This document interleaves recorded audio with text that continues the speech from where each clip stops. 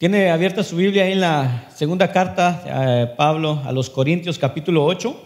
Vamos a estar leyendo a partir del versículo 9 hasta el versículo 15, pero vamos a estar estudiando un versículo en sí, que es el versículo 9, en el cual nos vamos a estar centrando. Es el eje creo que de todo el mensaje, pero vamos a leer todos los versículos para que nos ayude a verlo en su contexto y entender qué es lo que nos está hablando. Y dentro de 15 días vamos a pasar a los otros versos que siguen, porque la semana próxima no me toca a mí enseñar, predicar, así que va a descansar un poquito de verme aquí adelante. La semana pasada mencionamos que los capítulos 8 y 9 de esta carta contienen suficientes enseñanzas para darnos directrices para nosotros saber cómo dar a la luz de todo lo que la palabra tiene que decir acerca de eso. También hablamos de cuál fue el motivo por el cual el apóstol Pablo da a la iglesia de Corintios estas enseñanzas. Un año antes, esta iglesia había comenzado a tomar una ofrenda, una recolecta para enviarla a Jerusalén, porque allá la iglesia que estaba en Jerusalén estaba necesitada. Los santos de allá, dice la Biblia, estaban necesitados. Pero esta recolecta, esta ofrenda se paró, quizás por algún conflicto que tenían los corintios también, que tuvieron con el apóstol Pablo. Pero ahora en esta ocasión, en esta segunda carta, la que conocemos como la segunda carta a los corintios, Pablo está tratando nuevamente de motivarlos a completar aquello que ellos habían iniciado hace un año atrás. Y mencionamos la semana pasada, y quiero entrar un poco en esto, en esta dirección otra vez, porque estos dos capítulos no son simplemente acerca de la necesidad de completar dicha ofrenda o dicha recolecta que estaban pidiendo, sino que tiene que ver también mucho con nuestra condición del corazón a la hora de nosotros ofrendar. Y esto es simplemente una ocasión en que el apóstol Pablo estaba usando, hermano, para poder ilustrar de qué forma se supone que los hijos de Dios deben de ofrendar. Pero al mismo tiempo lo hace en un contexto muy particular. Y es muy difícil, créame que es muy difícil hablar muchas veces de un tema que al incrédulo y al converso le resulta, hermano, molesto cuando le hablan de dinero o cuando le hablan de dar.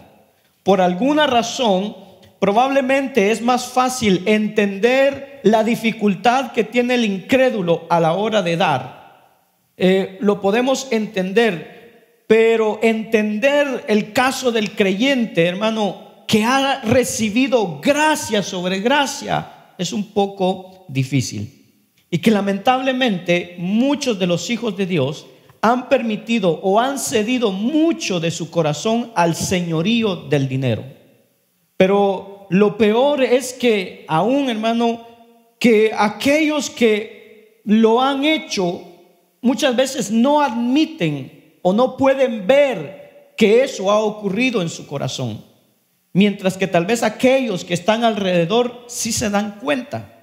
Y es una realidad del cristiano que muchas veces nunca puede ver, o el hombre incrédulo nunca puede ver en qué situación se encuentra, que nunca pueda ver el pecado en el cual se encuentra atrapado por la misma prisión en la que él se encuentra también, que lo impide ver. Entonces el apóstol Pablo nos ayuda a entender cosas que en esta carta acerca de la condición de nuestro corazón a la hora de dar. Pero el resto de la Biblia nos ayuda a entender muchas cosas de cómo el dinero, las finanzas en el reino de los hombres son vistas desde un ángulo, hermano, desde la cosmovisión del reino de Dios de una manera diferente. Una de las cosas que Cristo enseñó y que aparece en Lucas capítulo 16 versículo 11 acerca de la relación que existe entre nuestras finanzas y mi relación con Dios es que, vamos a leerlo, pero es que, hermano, muchas veces hay una relación entre nuestra relación con Dios y el manejo de las finanzas. Hay una relación entre la manera como Dios termina bendiciéndonos con las cosas espirituales y cómo maneja las cosas terrenales. Lucas 16:11 dice: por tanto, si no habéis sido fieles en el uso de las riquezas injustas, ¿quién os confiará las riquezas verdaderas?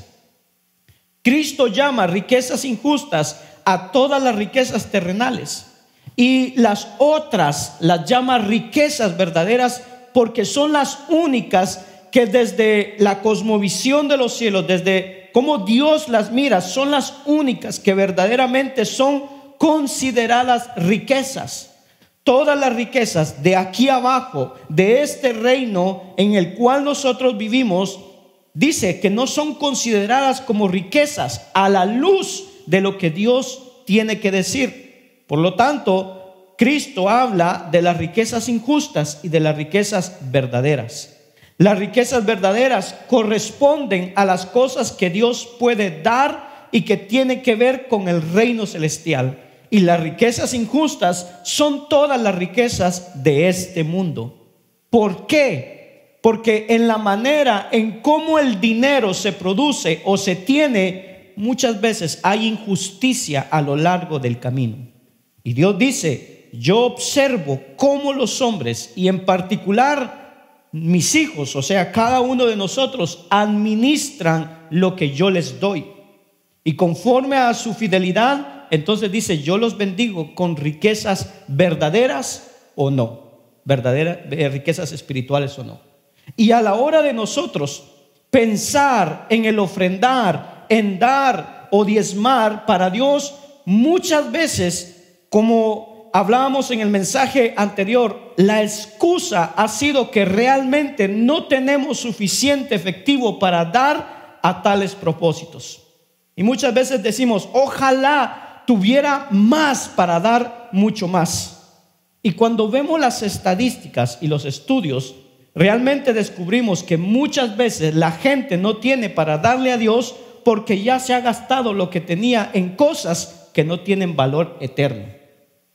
Y hay algunas estadísticas que nos pueden ayudar a entender esto, y le voy a presentar algunas, o sea, se las voy a leer. Son estadísticas que vienen, hermano, de Estados Unidos, simplemente porque a esta nación le gusta estudiar todas esas cosas. Amén. Todos esos fenómenos, encuestas y cosas, entonces quedan registradas. Pero para que tengamos una idea, escuche bien, en el 2004, o sea, hace 20 años atrás, dice: en 2004 los norteamericanos gastaron 540 billones de dólares en entretenimiento. En el 2015, oiga bien, la Asociación Americana de Productos para Mascotas, Perros, Gatos y demás, estimó que los estadounidenses gastaron un total de 23,000 millones de dólares en alimentos para mascotas, 14,000 millones de dólares en productos diversos y medicamentos sin receta para sus mascotas, 15,000 millones de dólares en cuidados veterinarios, 2,100 millones en compras de animales vivos y más de 5,000 millones de dólares en servicios. Oiga bien, 5,000 millones de dólares en servicio para mascotas, como el peinarlos, la hotelería y demás, para un total de, oiga, 60,000 millones de dólares o 60 billones de dólares. Eso es lo que gastaron. Si usted quiere saber cuánto es esto, la provincia de Quebec en su presupuesto 2024-2025 puso 818.7 millones de dólares para promover el éxito educativo de los jóvenes. Estos gastaron 60 billones de dólares en mascotas. Si no me equivoco, es casi 10 veces más lo que ellos gastaron. Ahora, si bien es cierto que estas estadísticas no representan necesariamente los hábitos de los cristianos, sabemos que por lo demás, hermano, muchos estudios han demostrado que los gastos y los hábitos de gastos del cristiano no difieren o no son muy diferentes a los del no cristiano, excepto quizás por vicios como drogas, alcohol, cigarrillos, juegos de azar y cosas de ese tipo que representan pecados extremos en la cultura, esperando que cada uno de nosotros que estamos aquí no esté gastando en esos vicios. Porque si usted anda con sus cervecitas y sus juegos de loto, pues bueno, que Dios tenga misericordia. Nosotros gastamos en las cosas, oiga bien, que nuestro corazón tiene interés, y nosotros no invertimos en las cosas en donde nuestro corazón no ha desarrollado ningún interés o ha desarrollado muy poco interés o menos interés que aquellas cosas en las que realmente invierto la mayoría de mis finanzas. Entre los corintios, Pablo nos revela exactamente, hermano, que él estaba pidiendo una ofrenda, pero él no nos dice cuál era la lucha que había entre ellos en ese momento para no dar. Pero aparentemente había una cierta apatía para completar algo que ellos habían iniciado. Él habla en la primera carta, en el capítulo 16, de esa ofrenda y cómo iba a ser llevada hasta Jerusalén.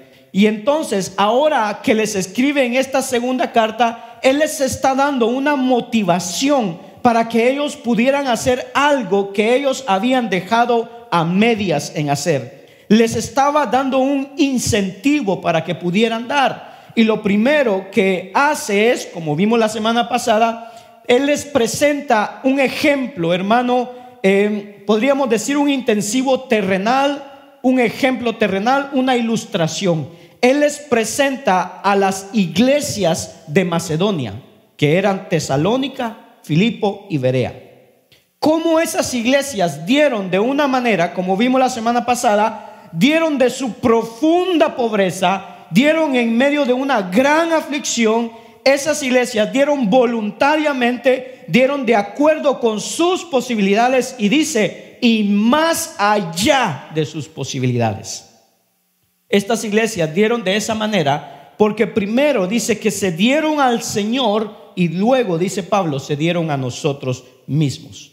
De manera que con este entendimiento ahora, no solamente de cuál era el contexto de la carta o el tema de que Pablo está tratando, sino que también habiendo visto el modelo, la ilustración, el ejemplo terrenal, lo que el apóstol Pablo presenta, ahora nosotros podemos pasar a ver el ejemplo por excelencia, la motivación suprema para dar. Y eso es lo que Pablo va a presentar ahora. Ya les presentó el ejemplo terrenal, pero ahora vamos a presentar algo celestial para que ellos puedan entender por qué un hijo de Dios debería de dar generosamente. Entonces, así como la semana pasada, nuevamente hoy vamos a tomar un minuto de oración para que usted ore por usted y yo voy a orar por mí, y que le pidamos a Dios que mientras esté la exposición de la palabra, el Espíritu Santo ilumine nuestras mentes y nuestros corazones y podamos ser hacedores de ella. Amén. ¿Está listo? Así que el tiempo es suyo para orar. El resumen de esta enseñanza dice así: el empobrecimiento sufrido por Cristo nos enriquece, y al tener la perla de gran precio, nos es fácil dar de aquello que Dios nos ha provisto. Y vamos a ver esos 4 puntos que están ahí. Amén. Puede repetir después de mí: ser de bendición en donde quiera que estemos es el propósito de Dios por el cual nacimos. Amén. Si tiene su celular, por favor le pido que lo apague. Pablo comienza en el versículo 9 con esta palabra porque, y ese porque me conecta con lo que dijo en el versículo anterior, como vamos a ver en un momento. Pero mire lo que nos dice 2 Corintios 8, 9 al 15. Porque conocéis la gracia de nuestro Señor Jesucristo, que siendo rico, sin embargo por amor a vosotros se hizo pobre, para que vosotros por medio de su pobreza llegaseis a ser ricos, o llegaras a ser ricos. Y doy mi opinión en este asunto, porque esto os conviene a vosotros, que fuiste los primeros en comenzar hace un año, no solo a hacer esto, sino también a desear hacerlo. Ahora pues, acabad también de hacerlo, para que como hubo la buena voluntad para desearlo, así también la haya para llevarlo a cabo según lo que tengáis. Porque si hay buena voluntad, se acepta según lo que se tiene, no según lo que no se tiene. Esto no es para holgura de otros y para aflicción vuestra, sino para que haya igualdad. En otras palabras, Pablo no andaba buscando que unos tuvieran mucho y los otros estuvieran pocos, y unos estuvieran holgados y que estuvieran en dificultad. Verso 14 dice: en el momento actual vuestra abundancia suple la necesidad de ellos, para que también la abundancia de ellos supla, quizás en el futuro, vuestra necesidad, de modo que haya igualdad. Como está escrito: el que recogió mucho no tuvo demasiado, y el que recogió poco no tuvo escasez.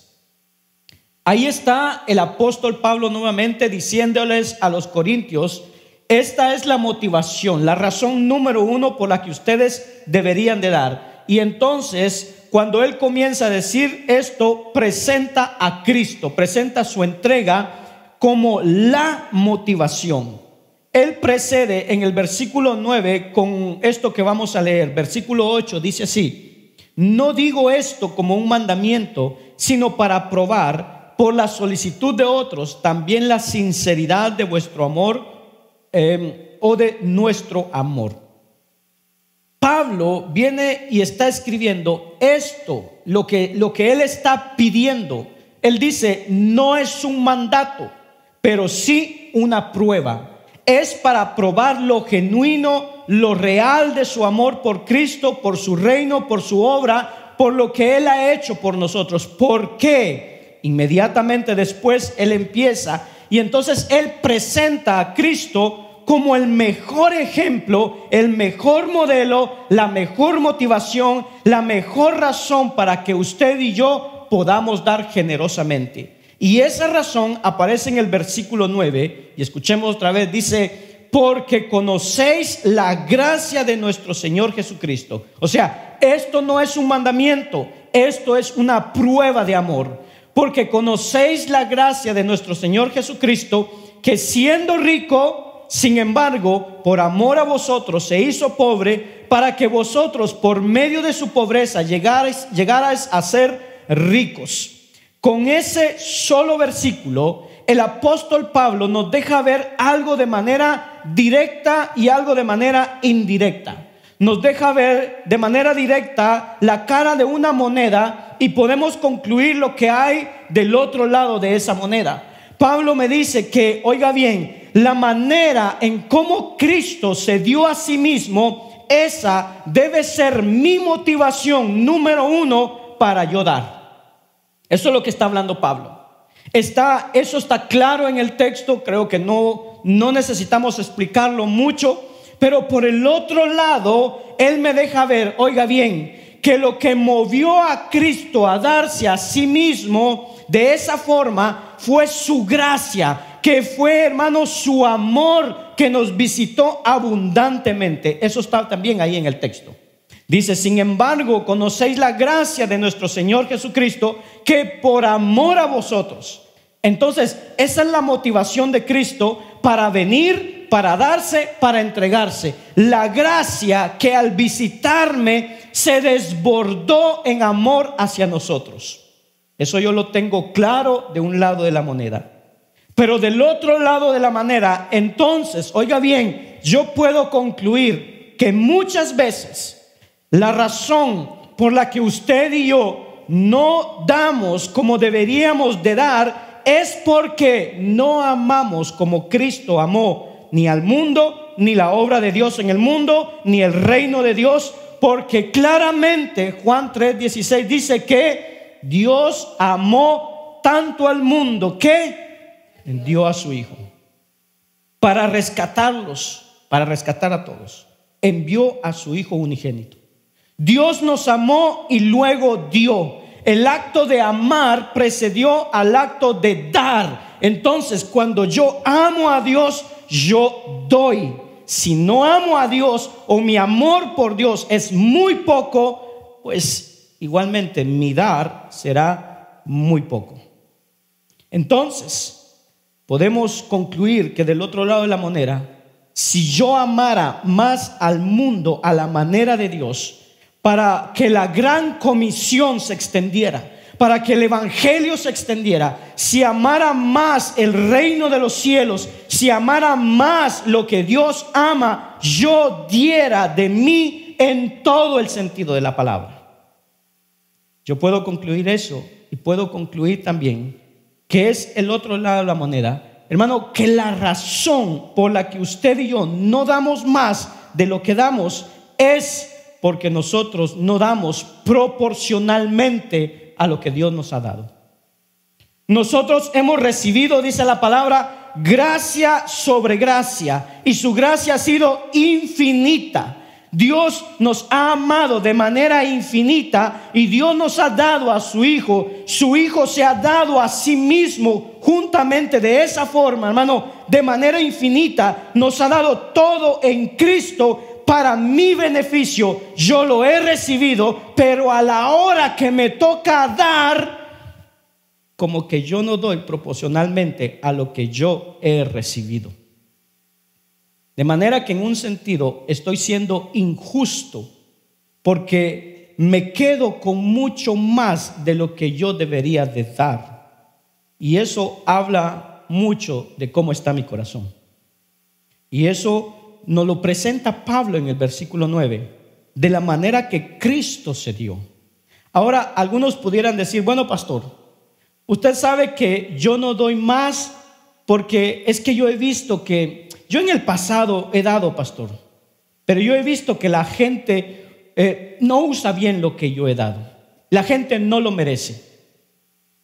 Y Cristo desde arriba pudiera decir, bueno, tú tampoco mereces mis bendiciones. Yo también he visto cómo has usado mis bendiciones. O quizás algunos pudieran decir, bueno, mire, es que no saben aprovecharlas. No saben aprovechar lo que uno da, pastor. Y Cristo pudiera decir desde arriba, ¿te has visto tú tu vida? Tú no has aprovechado lo que yo te he dado. Tú no has aprovechado mi palabra. Tenemos este libro, hermano, no hemos aprovechado la palabra. Muchos no están aprovechando el tiempo de predicación ahorita.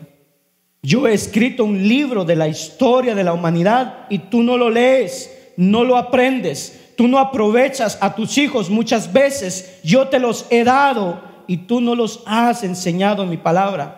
Tú no has aprovechado el tiempo que yo te he dado. No has aprovechado el dinero que te he dado, porque lo has malgastado y lo has invertido básicamente y mayormente en las cosas que tienen valor para ti, pero no en mi reino. Y que al final del camino eso le pertenece a Dios. Así que si esa es la razón para no dar, encontremos otra excusa. Sí, pastor, yo tengo otra. Pastor, mire, yo he dado, pero es que la gente es malagradecida. ¿Ha revisado usted su récord con Dios? Porque Dios pudiera decir, ¿sabes qué? ¿A qué edad te convertiste? Bueno, a los 15, a los 20, a los 25, 30, 35, cual sea la edad. Bueno, ¿te recuerdas cuánto tiempo te di antes de que yo te importara? Antes de que me conocieras. Cuando no te importaba mi nombre, mi reino, mi fama ni mi gloria, yo te di, te proveí, te di padres, te di alimento, te di salud, te di vida. Y sabes que aún después de que has venido a mis caminos, sigues siendo malagradecido. Te quejas por todo.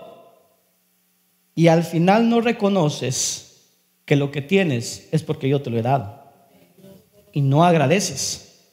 De manera que quizás podemos seguir buscando más razones para no dar, a ver si podemos justificarnos, porque tampoco esa es una.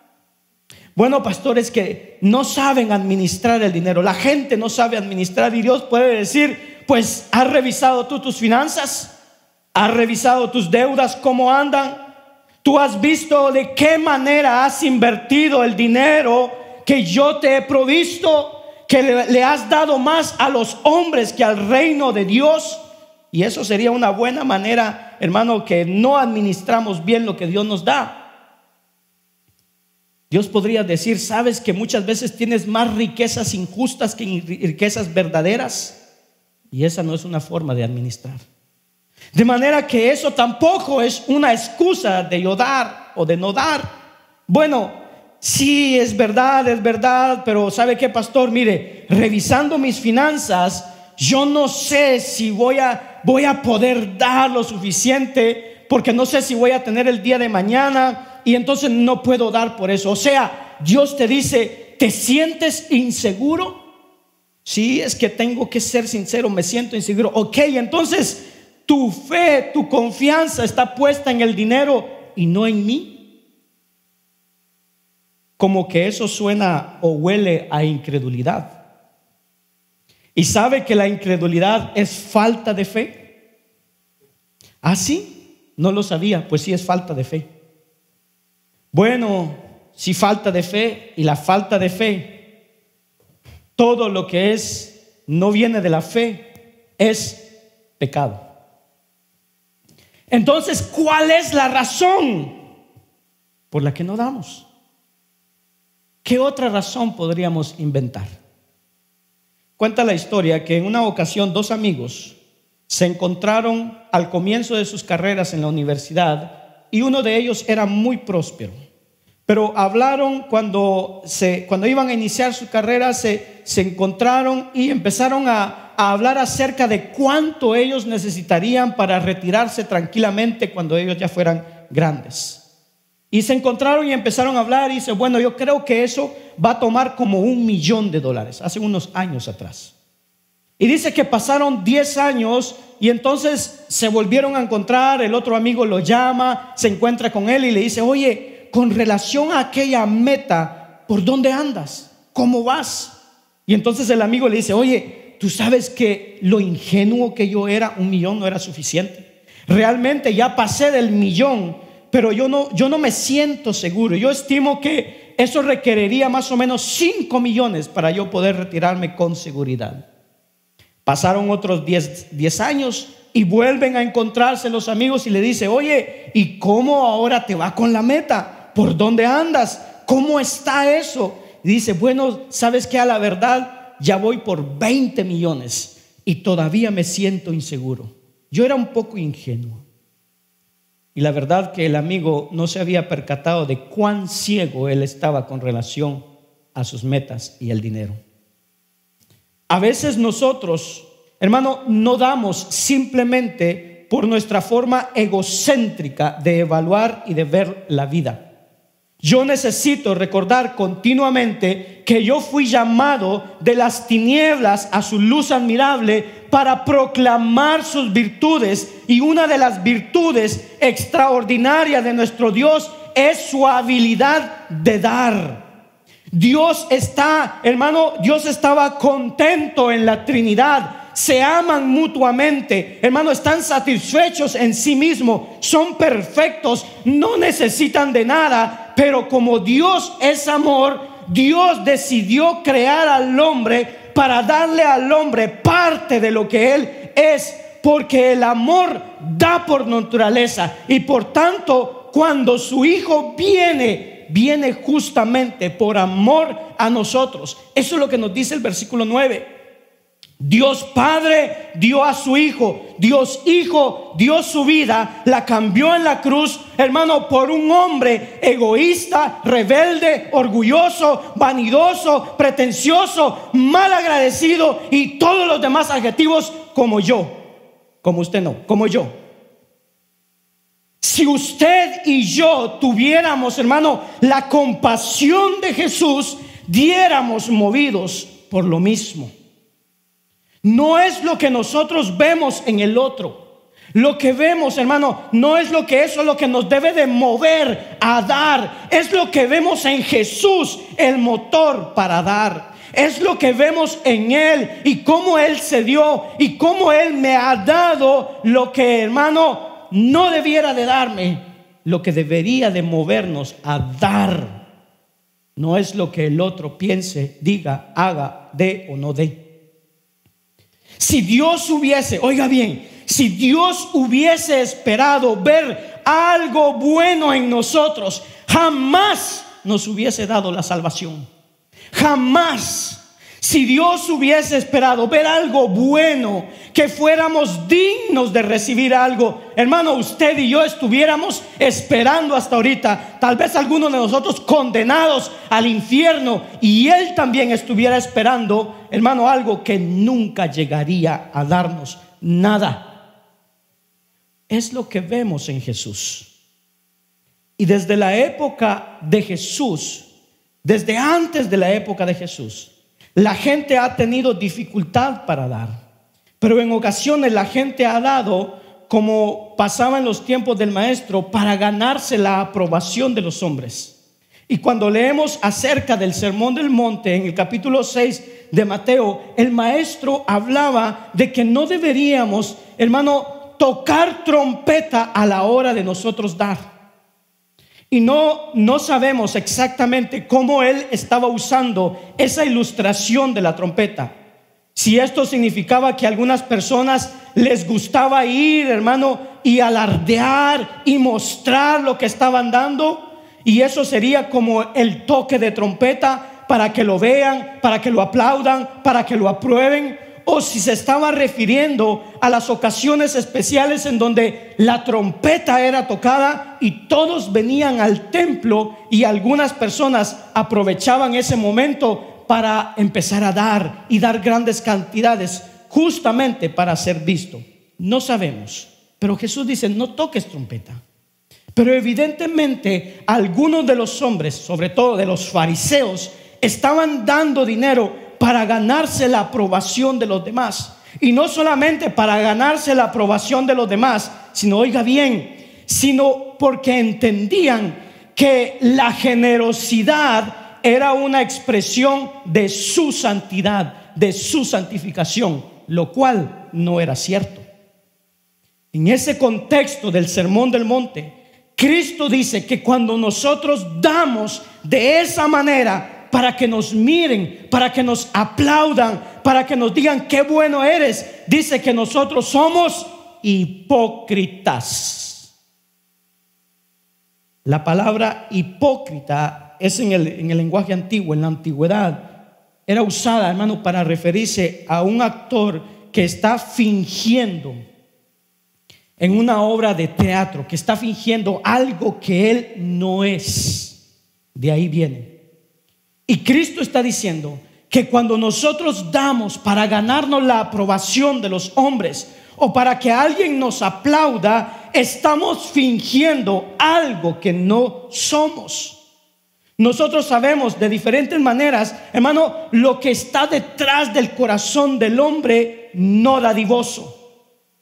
Alguien que no da, que no es dadivoso, hermano, tiene motivaciones erradas y metas erradas. Escuche lo que dice el libro de Tobías. El libro de Tobías, oiga bien, el libro de Tobías es un libro no inspirado, por tanto no bíblico. Fue escrito, hermano, entre el Antiguo Testamento y el Nuevo Testamento, entre los 400 años de silencio. Y aunque no es inspirado, no es parte de la Biblia, oiga, revela parte de cómo el hombre pensaba y continúa pensando. Tobías 12, 8, 9 dice: buena es la oración con ayuno, y mejor es la limosna con justicia que la riqueza con iniquidad. Mejor es hacer limosna que atesorar oros. La limosna libra de la muerte y purifica de todo pecado. Los limosneros tendrán larga vida. Ahora entiende la venta de las indulgencias y la necesidad de que estos libros deuterocanónicos formen parte de la Biblia. En Eclesiástico, no Eclesiastés, Eclesiástico 3:14 dice: la limosna del Padre no caerá en saco roto, servirá para obtener el perdón de tus pecados. En momentos de aflicción, el Señor se acordará de ti, y como el sol deshace la escarcha o el hielo, así Él deshará tus pecados. Ahora podemos entender un poco la necesidad de la venta de las indulgencias. La gente ayer y la gente hoy creen que realmente que el dar nos gana créditos con Dios, o que acumulamos puntos con Dios. Y Pablo está tratando de ayudar a los corintios y a nosotros a entender en 2 Corintios 8:9 qué es lo que debe mover nuestro corazón a dar. No tiene nada que ver con créditos, no tiene nada que ver con ganar méritos, tiene que ver con el ejemplo de una persona, ya no de Iglesias de Macedonia, de una persona, y nada más y nada menos que Jesucristo, el Hijo de Dios. Y eso es lo que Él está tratando de presentar. No es ganarnos el aplauso de los hombres o la aprobación. De hecho, Cristo dice en el Sermón del Monte que cuando damos para ganarnos la aprobación de los hombres o el aplauso de los hombres, Él dice: pues entonces ya has recibido lo que te mereces. ¿Qué recibimos? Los aplausos de los hombres. Pero que en el cielo eso no queda registrado como una dádiva, porque eso no es lo que cuenta para Dios. Pero con frecuencia el hombre le ha importado más lo que el hombre tiene que decir, o el aplauso del hombre, o la aprobación del hombre, que lo que Dios tenga que decir de su vida, o la aprobación de Dios. Entonces, si no es el amor de Cristo y la gracia de Cristo apreciada por nosotros lo que nos motiva a dar, ¿qué motiva a la gente a dar en otras ocasiones? Bueno, a veces es un sentido de culpa. No doy todo lo que debiera de dar, no di la semana pasada, no di el mes pasado, y mi conciencia me lo recuerda y estoy ahí con algo, y mismo a veces no damos. Pero a veces llega como que a tocar, y como si nuestra conciencia no está cauterizada, pues entonces respondo a la conciencia y termino dando. Entonces, en un sentido, es un sentido de culpa. Doy porque me siento culpable. Pablo no está haciendo eso con los corintios. Él no está cargando de culpa a los corintios para hablarles de esto. Ni siquiera dice: no es un mandato. Esto no es un mandato. Esto es una cuestión de entendimiento de una realidad que ha ocurrido. Y a veces nosotros damos por el sentido del deber o el sentido de obligación. Hay gente que tiene un alto sentido del deber, y entonces a la hora de ofrendar, a la hora de diezmar, dan porque tienen el sentido del deber. Se sienten obligados. Y aquí probablemente les toque un puntito así sensible a algunos. Pero cuando usted revisa la Biblia, el diezmo, hermano, no es una obligación. El diezmo es algo que nosotros damos por gozo, por agradecimiento a Dios. Y si lo hemos dado por obligación, hermano, estamos dando mal. No estamos dando gozosamente, no da alegremente. Y si Dios dice en su palabra, hermano, que Dios ama al dador alegre, pero no al que lo hace por obligación.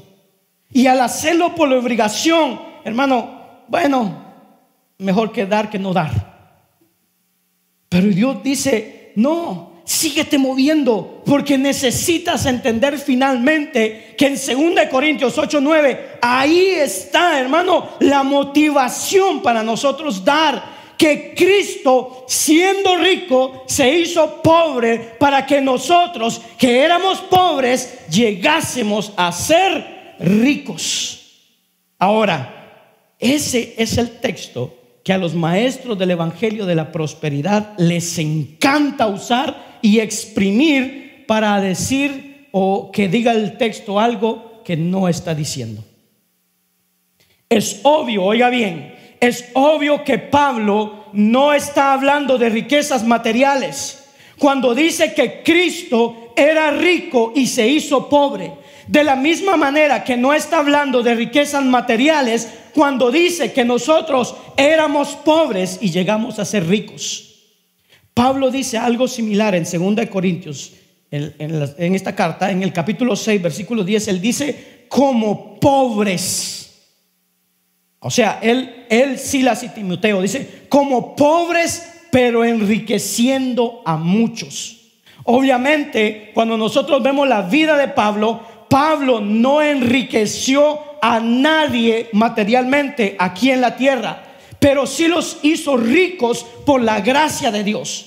El evangelio de Cristo los hizo ricos a muchos cuando él predicó el evangelio. De eso es que está hablando el apóstol Pablo. Está hablando de riquezas espirituales. Y cuando el texto habla de que Cristo, siendo rico, se hizo pobre, está comparando, oiga, el estado exaltado de Cristo con el estado de la encarnación de Cristo. Y eso es lo que se está refiriendo Pablo. Por eso, si usted asistiera a las clases de los viernes, entendiera que estos versos hablan de la encarnación de Cristo, de la kenosis, de la unión hipostática de Cristo. Pero ¿qué pasa? Pasa lo que dice Hebreos 5:11 al 14, que hay mucho más que decir acerca de este asunto, pero no es fácil explicarles a ustedes todo. ¿Por qué? Porque les cuesta mucho entender. Con el tiempo que llevan a haber creído en la buena noticia. ¿Cuántos años llevan el evangelio? Dice, ya deberían ser maestros. Sin embargo, algunos son estorbo. Sin embargo, todavía necesitan que se les explique las enseñanzas más básicas acerca de Dios. ¿Cómo es la cruz, pastor? Así, mire, así es la cruz. Muchos necesitan eso. Dice, parecen niños pequeños que no pueden comer alimentos sólidos. Por eso los engañan para aquí y para allá, sino que solo toman leche. Son como niños recién nacidos que aún no pueden distinguir entre lo bueno y lo malo. En cambio, los que sí saben distinguir entre lo bueno y lo malo y están acostumbrados a hacerlo, ¿qué dice? Son como gente adulta que ya puede comer alimentos sólidos. Entonces, ¿qué pasa? Que cualquier charlatán se para aquí adelante y empieza a hablar de sobres ungidos, de promesas, de pactos, que Dios lo va a enriquecer y que lo va a bendecir si usted deposita esto, porque eso, hermano, es lo que nos gusta escuchar muchas veces y corremos a decir amén a todo eso, porque eso es lo que nos encanta. Pero Pablo no está hablando de eso. Pablo está pensando en aquel que existía en forma de Dios y cómo se consideró el ser igual a Dios. No se consideró el ser igual a Dios. Aquel que era con Dios en el principio, aquel que estaba con Dios, que era Dios, hermano, el que fue llamado el Logos y vino a encarnarse y habitó entre nosotros, aquel que dejó la gloria divina para llegar hasta nosotros, de tal manera que en el día de mañana nosotros pudiéramos llegar a ser así como Él es. ¿Se imagina eso? Que lleguemos a ser como Él es. Dios deja su gloria para venir a visitar al hombre en una condición caída, en un mundo caído, corrupto, en deterioro, para que ese hombre un día pudiera llegar a ser como Él es. Y eso sí está en la palabra. El apóstol Juan escribió eso en su primera carta, capítulo 3, versículo 2, dice: amados, ahora somos hijos de Dios, ahora que hemos nacido de nuevo, y aún no se ha manifestado lo que habremos de ser. Es como que Juan está diciendo: ¿sabes qué? Espera un poco, ya creíste, pero espera un poco. Pero sabemos que cuando Él se manifieste, seremos semejantes a Él, porque le veremos como Él es. Eso está en la palabra. Pero para verle como Él es y para ser semejantes a Él, como dice Juan, Cristo tenía que dejar su estado de gloria y venir y encarnarse y nacer incluso en un pesebre, en un lugar rodeado de animales. Pero Pablo no se está refiriendo a ese grado de pobreza tampoco, porque, hermano, nació en un pesebre. No. Él está hablando de otra cosa. Él está hablando del Dios que se encarna y ahora está ahí En vez de estar, hermano, rodeado de ángeles y arcángeles, hermano, que esté rodeado de tantas cosas que lo estén adorando, ahora él ha nacido en carne y está rodeado de animales en un pesebre, en una provincia que Miqueas 2 describe como la más pequeña entre las familias de Judá. Aquel que abrió su boca y formó las galaxias, el Hijo de ese Dios glorioso, está aquí en una aldea, la más pequeña de las aldeas de Judá. Dios dejó de ser adorado y servido por los ángeles, los arcángeles, los querubines, los serafines, para venir a este mundo, oiga, a ser acusado por los hombres a quienes él venía a rescatar. De esa pobreza es que está hablando, nada material. ¿Lo entiende? Cuando el Hijo deja la compañía de la Trinidad y de los ejércitos celestiales en gloria para estar en compañía de los hombres caídos, prostitutas, leprosos, recolectores de impuestos, personas enfermas, mudos, cojos, endemoniados, a los que él liberó, ¿puede ver cómo Cristo, siendo rico, se hizo pobre? ¿Lo puede ver? El Dios omnipotente, que todo lo puede, pasó hambre, pasó sed, se cansó, lloró, se entristeció, sufrió dolor. El Dios omnipotente, el Dios omnipresente, que en su estado encarnado no lo era, estaba en un lugar, hermano, a la vez. Su mente podía conocer muchas cosas, pero él estaba en un lugar a la vez en su estado encarnado. La segunda persona de la Trinidad, durante su encarnación, dice que él no sabía el día que regresaría otra vez a la tierra. Él no perdió sus atributos, pero, hermano, dejó de usar algunos, poniéndolos a la voluntad del Padre, teniéndolos a la voluntad del Padre, de tal manera que él, siendo rico, ciertamente se hizo pobre, para que yo, que era pobre, pudiera llegar a ser rico. El Dios de la gracia es tratado con injusticia. El Dios de gloria fue hecho maldición, clavado en una cruz. ¿En qué mente cabe? ¿En qué mente cabe eso? Nosotros no lo entendemos. Las historias que realmente se constituyen como los bestsellers que se venden, hay muchas de ellas, son aquellos libros que se escriben acerca de personas, de un hombre o una mujer que quizá era hijo de un campesino, que era alguien que no tenía un gran estatus, que no tenía muchos recursos, pero a través del esfuerzo y a través del trabajo, hermano, llegaron a ser grandes hombres de negocios y grandes millonarios, y se escriben libros sobre su biografía y se constituyen bestsellers, los libros que hablan de la miseria a la gloria. Pero no se ha escrito un libro de un hombre que voluntariamente estuviere en la gloria y bajara a la miseria, excepto la palabra de Dios. El Señor Jesús es el único libro que describe esta naturaleza, porque a la gente, hermano, no le gustan las historias de gloria a pobreza. Le encantan las historias de pobreza a gloria. Eso es lo que les gusta. El Dios de toda misericordia es tratado con injusticia. El Dios de toda consolación muere sin ser consolados. Sus amigos no estaban ahí el día de su muerte. No estaban ahí, los habían abandonado. ¿Por qué los abandonaron, hermano? Porque no querían estar con él. El Dios de la consolación termina sin ser consolado.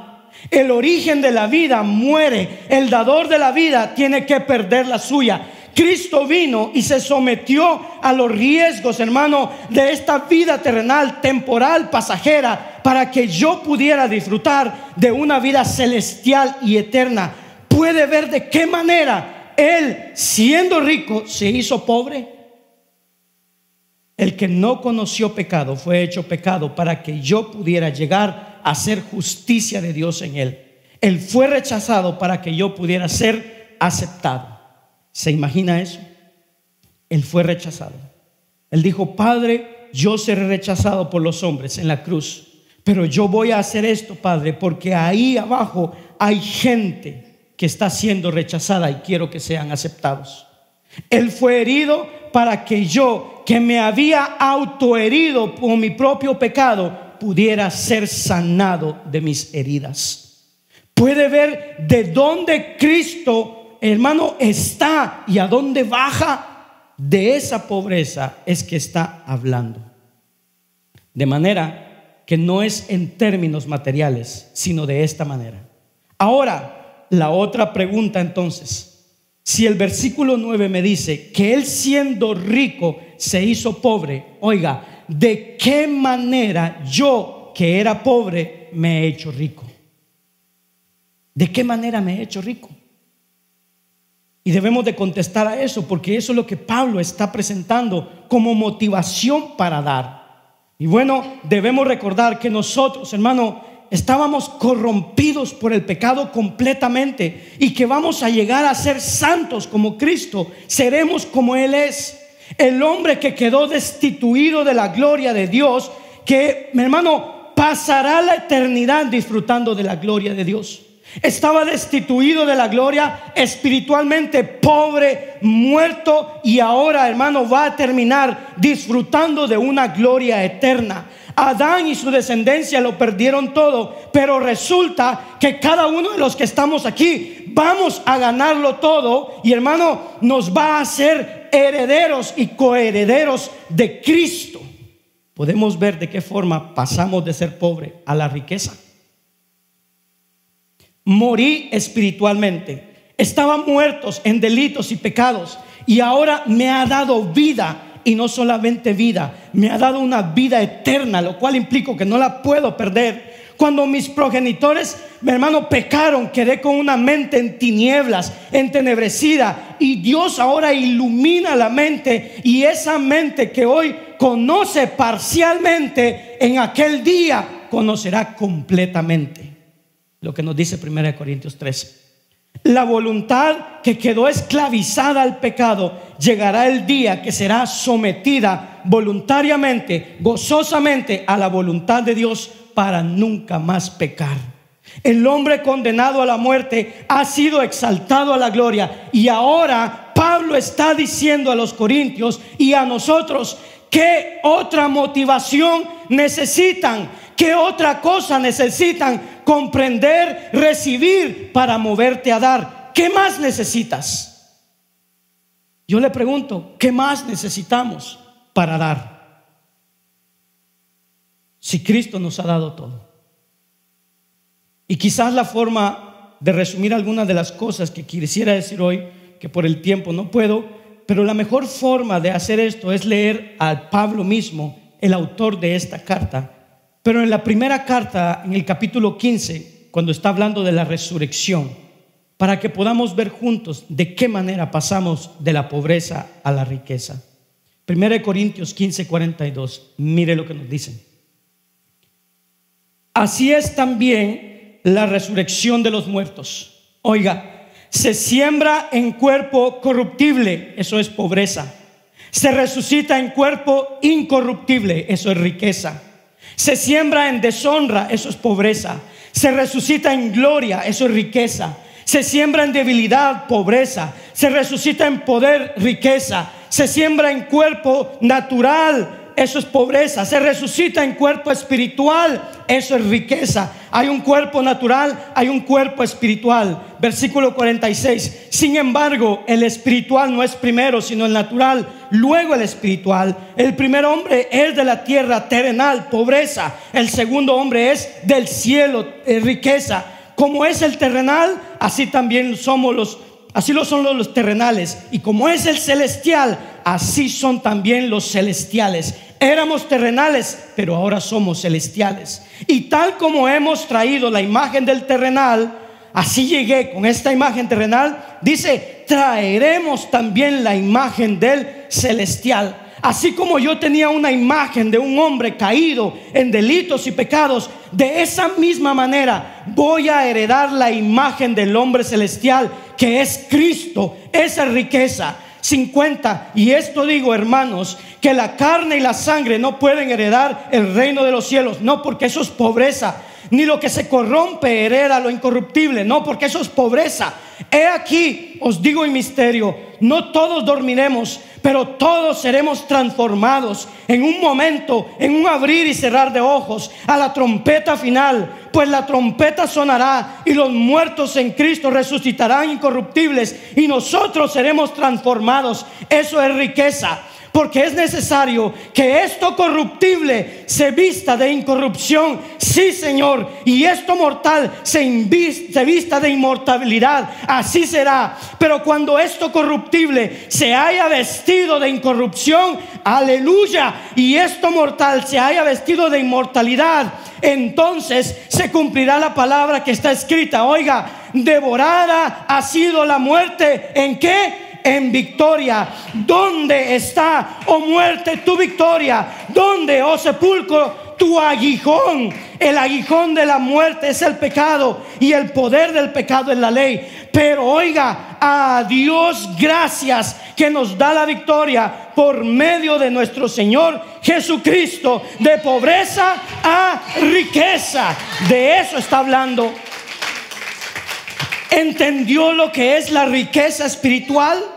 Hermano, usted puede ver lo que Dios nos ha concedido en Cristo. Éramos unos pobres, paupérrimos, destituidos de su gloria, y ahora hemos subido a la gloria de Dios por los méritos de Cristo en el amado. Eso es tu motivación y mi motivación para dar a Cristo.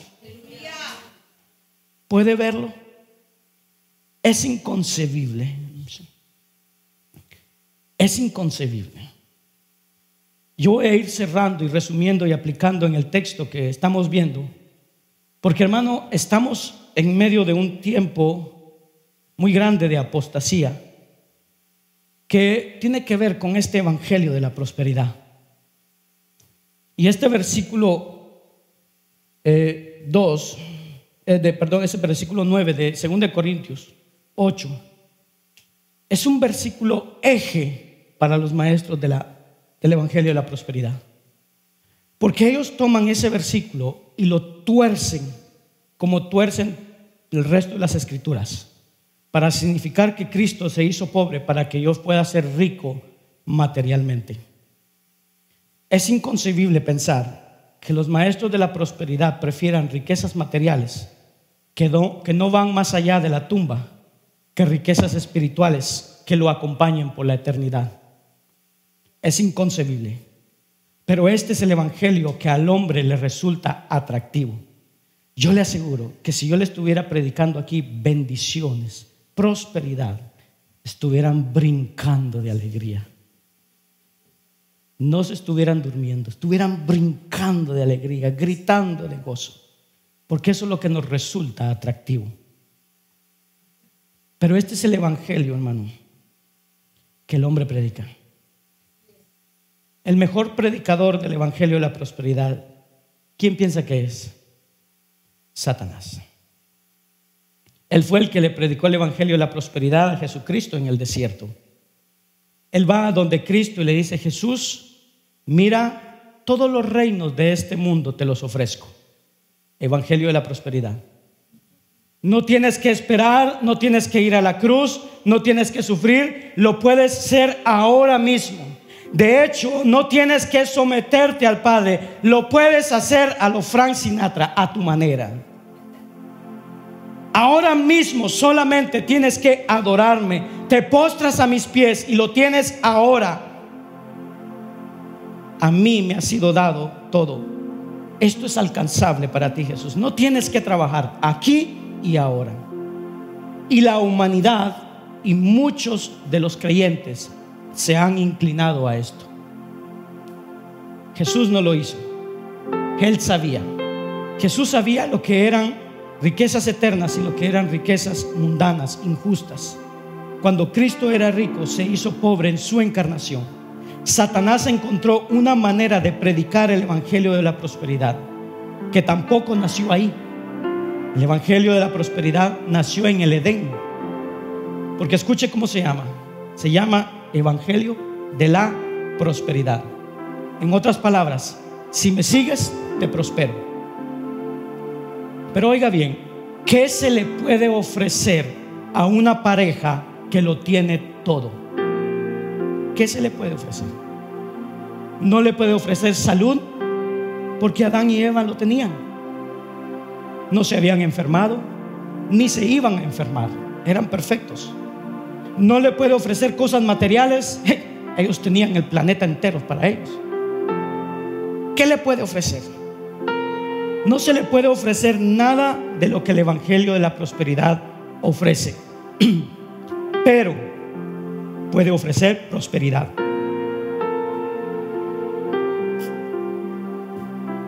Porque ¿sabes qué, Adán? Tú puedes ser próspero. No tienes que seguir con la imagen solamente de hombre. Y le dice, tú puedes ser como Dios. Tú puedes subir de estatus. Ese es el Evangelio de la prosperidad en el jardín del Edén. Satanás conoce lo que es atractivo a la criatura y en esencia le presenta el mismo regalo con otra envoltura. Este es el Evangelio de la prosperidad para una pareja que lo tenía todo. Satanás hoy ofrece la prosperidad material a criaturas indigentes y caídas. Eso es lo que ofrece. Hace algunos años, y sabe, yo no soy mucho de mencionar a personas o predicadores, pero lo hago porque esto hace mucho daño a la iglesia. Pero hace algunos años salió un predicador muy conocido, Guillermo Maldonado, y decía que una prostituta va a la intimidad. Y oiga bien, no voy a usar ni siquiera sus palabras, pero él decía que una prostituta va a la intimidad con un hombre por dinero. Y cito, decía él, y Dios es igual, porque Dios no entra en relación con ningún hombre si tú no pactas con él primero. Esas son sus palabras. Dios es comparado con una prostituta, hermano, que pacta con el hombre por dinero, y Dios pacta igual. ¿Puede creer semejante aberración? Y probablemente algunos me critiquen, me señalen, me haré de enemigos, pero ¿sabe? Satanás ofrece prosperidad a hijos desobedientes, porque en esencia la desobediencia no es más que un grito de independencia del Creador. Los maestros de la prosperidad necesitan prestar atención al maestro del dinero, Salomón, un hombre rico, poderoso, lleno de sabiduría. Y esto es lo que dice Salomón, Eclesiastés 5, 10, 2. El que ama el dinero no se saciará de dinero. No hay límite. No es 1 millón, no son 5, no son 10, no son 20. No hay límite para parar, no hay edad para parar. El que ama la abundancia no se saciará de ganancias. También esto es vanidad. Cuando aumenten los bienes, aumentan también los que los consumen. Así pues, ¿cuáles las ventajas de los dueños sino verlos con sus ojos? Dulce es el sueño del trabajador, coma mucho o coma poco, pero la hartura del rico no le permite. ¿Qué dice?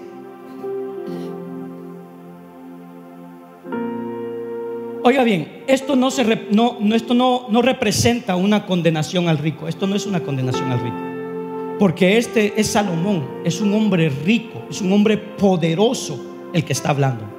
Esto es una condenación para aquellos que valoran las cosas terrenales por encima de las cosas espirituales. La visión del hombre es completamente terrenal, centrada en esta tierra. El Evangelio de la prosperidad tiene como objetivo al hombre y su conveniencia. La exposición de la palabra tiene como objetivo a Dios y su gloria. Muy distinto. El Evangelio de la prosperidad quiere al hombre materialmente rico. Dios quiere al hombre espiritualmente rico. Esa es una diferencia. Es inconcebible pensar cómo el Evangelio de la Prosperidad toma Deuteronomio 28, que ofrece riquezas materiales, y la presenta a la luz del Nuevo Testamento como las cosas que nosotros debiéramos de buscar. Cuando Deuteronomio 8 ciertamente son promesas de Dios, y son promesas temporales para una tierra prometida, para aquí, para la tierra prometida. Y la tierra prometida no es el reino eterno de nuestro Dios. Porque cuando llegamos al Nuevo Testamento, hermano, y vemos el sermón del monte, no hay una sola promesa material, ni una sola. Porque, hermano, ¿qué hace usted con promesas materiales en un reino espiritual y eterno? ¿Qué hace con promesas temporales en la eternidad sin fin? ¿En dónde va a colgar sus cuadros? ¿En dónde va a poner sus títulos? ¿En dónde va a parquear sus carros? ¿A dónde va a construir sus casas, que no sabe si las va a poder construir? ¿A dónde? No hay lugar para lo material en el reino de los cielos. Y lo que Cristo enseñó justamente es esto: es que busquemos el reino de Dios primero, y todo lo demás será por añadidura. Ahora, algunos creen, dicen, entonces voy a ir a la iglesia y Dios me va a bendecir mucho. No se equivoque, chulito, no es así. Hay un sacrificio, hay una entrega. Y cuando dice y todo lo demás, lea versículos antes y se va a dar cuenta qué es lo que le va a añadir. Lo que Pablo está diciendo es: si tú quieres ser rico espiritualmente, aprende a ser generoso. Y tienes una motivación para ser generoso: es la generosidad de Dios. Y si tú no la has visto, yo quiero mostrarte la máxima generosidad de tu Dios, que cuando te dio a su Hijo unigénito, que siendo rico se hizo pobre, y tú siendo pobre te hizo rico, de tal manera que cada uno de nosotros que estamos aquí, hermano, estaríamos destituidos de toda gloria de Dios. Pero ahora Dios nos ha hecho poder ver su gloria y pasar el resto de la eternidad en compañía del Padre, del Hijo, del Espíritu Santo, en medio de gloria y en medio de una adoración celestial por lo que el Hijo hizo en la cruz. ¿Se imagina eso? Y nosotros queremos medir, cuantificar, doy o no doy, cuánto doy. No, porque tanto amó Dios al mundo que dio a su Hijo unigénito por amor a nosotros, por gracia. Póngase de pie con nosotros.